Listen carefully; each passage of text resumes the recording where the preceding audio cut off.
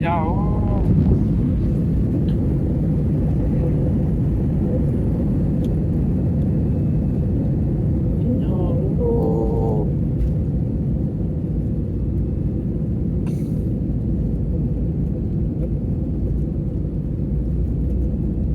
Tiếp một trời.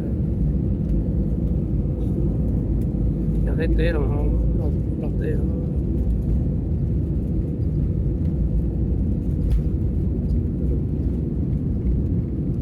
Dọc lầu luôn.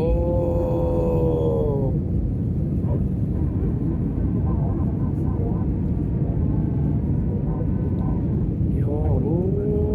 Cũng theo chế xíu nông to. Thế chế xíu ai cười ồ. Đó lúc cười đó. Thế chế xíu nó cái chẳng như hổ. Cũng theo chế. Chúng chúng có hình à. Xin lỗi.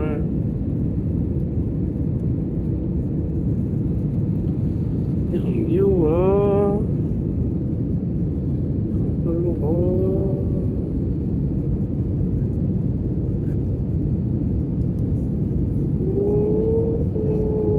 Không có nha.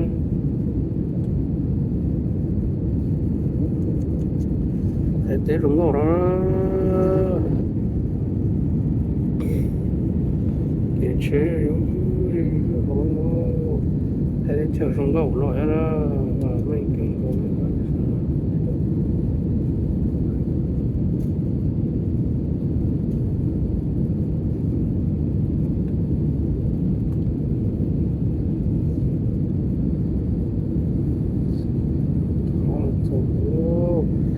trời trời lăn loại gió mùa không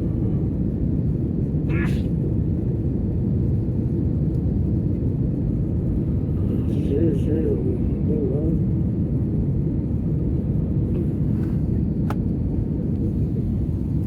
xuống gầu nha sắp đó xuống gầu cơ kìa xem chuyện gì bây giờ